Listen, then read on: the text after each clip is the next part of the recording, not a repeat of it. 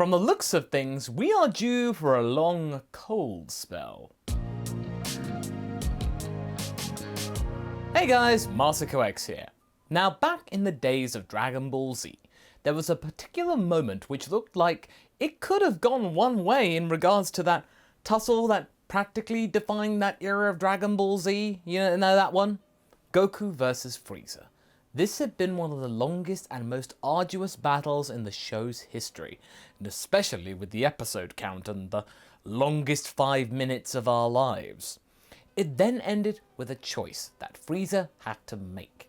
Does he choose to just slink off into what was left of Namek Sunset before it blew up? Or did he choose to defy Goku's request and go out with a bang, true to his beliefs? Well, we all know that he chose the latter in the original. But what if he went the other way? What if he actually listened to what Goku offered him and he chose another path? Now before you get any ideas, if you're new to the story, this isn't going to be like some of my other stories where a bad guy becomes a good guy or anything like that. Frieza is one of those characters who just simply does not become a good character. Yes, he does have some very small redeeming qualities, which then doesn't make him 100% evil, because those types of characters don't last the test of time. But these impulses are nowhere near enough for him to pull a complete 180 or anything. What we are suggesting is that Frieza hears Goku out and takes heed of what he says, choosing to escape Namek at the same time as Goku does, and return to his father's arms, licking his wounds after losing, and then plotting his next plan of action, which we have now seen come to fruition. But it still ended badly for Frieza. Having said that, we got to see a different and sort of more mature Frieza. Him realizing the same powers that his brother managed to acquire in the movies. And they look pretty cool. But before we recap the story of Frieza using his ear holes for once, I would like to thank today's sponsor, NordVPN. I have worked with them for a long time now and thoroughly enjoy their service, as well as find it incredibly useful, especially when traveling. Philly and I will be off on our honeymoon next week and will be at a hotel. And hotel accommodation may mean an open Wi-Fi network, so to have Nord's protection whilst relaxing is a great comforter. Using Nord's bank of thousands of servers in Europe, Asia, America and Africa to shield my personal information will be handy, and these servers come from over 60 countries. They'll keep me safe thanks to the inclusion of military-grade encryption technology and an easy-to-use interface, which means I don't have to ferret around for specific settings or anything. A couple of clicks and you're good to go. So to try this thoroughly useful and simple service for yourself, just go to nordvpn.com/Masako, where you're able to get 70% off a 3-year plan, as well as a bonus month for free when you enter the code MASAKO as well at checkout. So, simply give NordVPN a go by visiting nordvpn.com/Masako, use the code MASAKO for that bonus month, and protect yourself from the perils of the internet. Okay, enough listening to me, more listening to what the aftermath of Frieza's decision was. In the last part, we saw Trunks arrive, and despite it taking a little longer than in the original, he and Goku, the two Super Saiyans, were able to take on 5th form Frieza and win. But they still had his father to take care of, who wasn't present on Earth, unlike the original. You see, he was back on Frieza Planet 1, having been unaware of his son's antics, and now ultimate passing right until now. He had been trying to contact his son, but nothing came of it. By using instant transmission, Goku and Trunks suddenly appeared in his throne room and vowed to destroy the king, who, albeit being a little surprised at their sudden appearance, is now ready to avenge his son himself, regardless of his immaturity and impulsiveness. But we don't have a 2nd form King Cold here. A huge, giant 5th form power slams down hard on Goku and Trunks, and they have to now resort to everything they've got to stop this menace, but will it be enough? With the two Saiyans pinned down, King Cold is looking down at them with great mirth.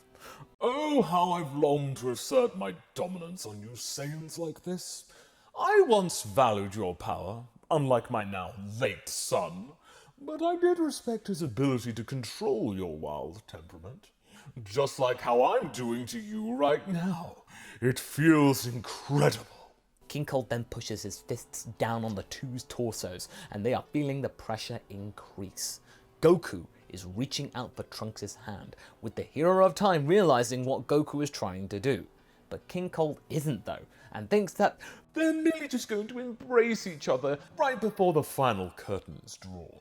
But Goku musters enough strength to instant transmission out of there with his other free hand gone. King Cold is just as surprised as before, but he isn't angry at their escape. Oh, no. He begins to laugh to himself, and then out loud. My, how the Saiyans have fallen. They've become such cowards lately. You hear that, monkeys? You are all cowards! Not quite Cold. Goku and Trunks didn't go far. Also, since Goku couldn't fully concentrate on a long distance, they had to settle for landing in a nearby storage room. Here, they were able to catch their breath and try to come up with a plan. Fifth form Frieza was strong, but he was very naive and easily distracted. Sadly, his father was neither of those things. His power was greater too, just as his size was. Now Goku reckons that, hey, maybe they can gain the upper hand here and use pure and simple speed to outwit the king. It would work before, logically. But Trunks isn't so sure about that. I think he would anticipate that. Cold seems more articulate than Frieza. Goku recognizes this. Yeah, you're right. That birder guy was all about speed, so Cold would recognize speed as something useful. Well, what do we gotta do to get him off our backs then? They can't beat him point blank, straight on. They have to come up with another plan. Soon, because they can hear the mighty thumps of King Cold getting closer. Come out, little monkeys. I promise I won't hurt you too much. King Cold is now stomping around his palace, randomly slamming his fists through walls to try and fish out a couple of monkeys that slipped from his grasp. You can't have gone far in your conditions. Just come on out and face the inevitable. Facing the inevitable realization that I am the greatest being in the universe. Trunks then has a brainwave. That's it! Goku! I got an idea! Trunks then talks about his idea, which involves luring Cold away from his fortress and out into a separate area. Okay, that's what we do with most of our enemies. What makes this plan so different? He won't stop.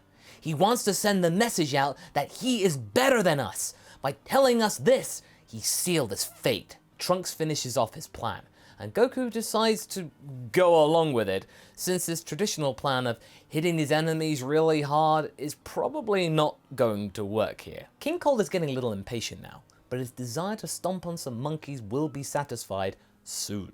Trunks and Goku appear from behind a corner and pretend to look surprised. Ah, excellent. You decided to show yourselves. You may have been able to slip through my grasp one time, but not a second. Now be a dear and let me do my job. Goku and Trunks power up to Super Saiyan and give it their all, managing to at least get some good hits on Cold, now working together, and also now they know his capacity and overall strength up close. It also gets Cold stoked, just what they wanted. He will now be chasing them to the ends of the earth. Goku then leaps back, with Trunks covering his eyes. Solar Flare! The corridor is lit up with a bright light, and this blinds Cold for a considerable period of time. Enough time for Goku and Trunks to find their way to the hangar of Cold's palace to find a ship. Cold, now damaged and blinded, lets out a roar of frustration mixed with passion. He is fired up. Goku and Trunks then do steal a small ship, and together they are able to pilot the craft out of the hangar carefully so as to not arouse suspicion from the rest of the guards around the palace. They don't need any other interference. They do escape the planet, but Cold chooses to do so less elegantly. He powers up and crashes up through his own palace in pursuit without a ship. Just him, using his own power and skills of breathing in space. The chase is on. The two Saiyans are flying the ship on full thrust, trying to get away from the planet, far away from it, so that no other interference can occur, to enact Trunks' plan. Okay, so what now? He can breathe in space, and if we run out of gas, we'll be sitting ducks. Exactly. Huh? You want us to be captured? Trunks, I think all that time traveling has messed with your head. I know what I'm doing, Goku. I'm betting that this guy is going to not stop. He's already shown that. He will drop all rationale just to prove a point. Once he starts flying, he will keep on accelerating as he keeps pushing forward. Which means he'll get to us faster. What's your point? Yeah, but by the time he gets close enough to fire, we'll be long gone, and he won't be able to stop. But he'll just come after us another time somewhere else. I don't think so. Look where the ship's headed towards. Trunks points to the console, and Goku spots where the ship is going. It all clicks into place. Oh, I see. Okay, let's go find some spacesuits. Time to get phase 2 underway. Trunks and Goku walk into the back of the ship and find some suits, which may be a little snug, but they fit well enough in them to use correctly. But Goku still has a little problem with his hair getting all squished in his helmet. They can also sense Cold getting closer and closer, his energy sparking wildly. Trunks then pushes the ship's thrusters to their breaking point to buy just a little bit more time. But eventually, they can sense that Cold is now on top of them, too close, and now they have to escape using instant transmission again. Cold, fortunately, isn't able to sense this happen since he can't sense energy. He fires on the craft, going at tens of thousands of miles an hour, and it breaks up into pieces and explodes. Cold thinks that he's won. He flies through the wreckage and looks back, laughing to himself. Good riddance to bad rubbish. Wait, what? He spots that the monkeys, or any trace of monkeys, are just not there. They're now actually in one piece, floating there, with their arms outstretched and with a golden glow inside their spacesuits as they get smaller and smaller as Cold keeps on traveling. Before he can react, Goku and Trunks fire their ultimate attack straight at Cold as he is speeding away. The inertia of the blast catch up to Cold. He tries to sidestep the blast, but he's traveling too fast to deviate course, and he has no choice but to try and just take and resist the beams. Yes, he is strong enough to hold them and try and push back a little, but he doesn't realize that this is actually making him speed up even more. He's too fixated on being the dominant person. And also, before he realizes where he's going, he can feel things start to get a little toasty, before then things getting really toasty. He turns around and spots that he is about to share the same fate as his son did in his own movie. Cold is heading straight for a sun. He powers up to maximum and tries to halt the blast and get out of the way, but it's too late. The gravity of the sun has now caught him, and he cannot escape. He is consumed by the sun, cursing his own belief in his dominance and superiority. That was his undoing. From a distance, Goku and Trunks watch the sun burp a little before sensing Cold's energy disappear. It's over. Goku takes them home. When they get back, they take their helmets off and shake hands. Amazing! I wouldn't have thought of that. Good work, Trunks! Thanks. I knew that Cold was a voice of reason, unlike his son. But that's the thing. His son still had an influence on him. And with that extra little bit of power, he chose to listen to his son's ways instead of his own, going on about stuff like that. Look where that got him in the end. And with that, both Frieza and King Cold are destroyed.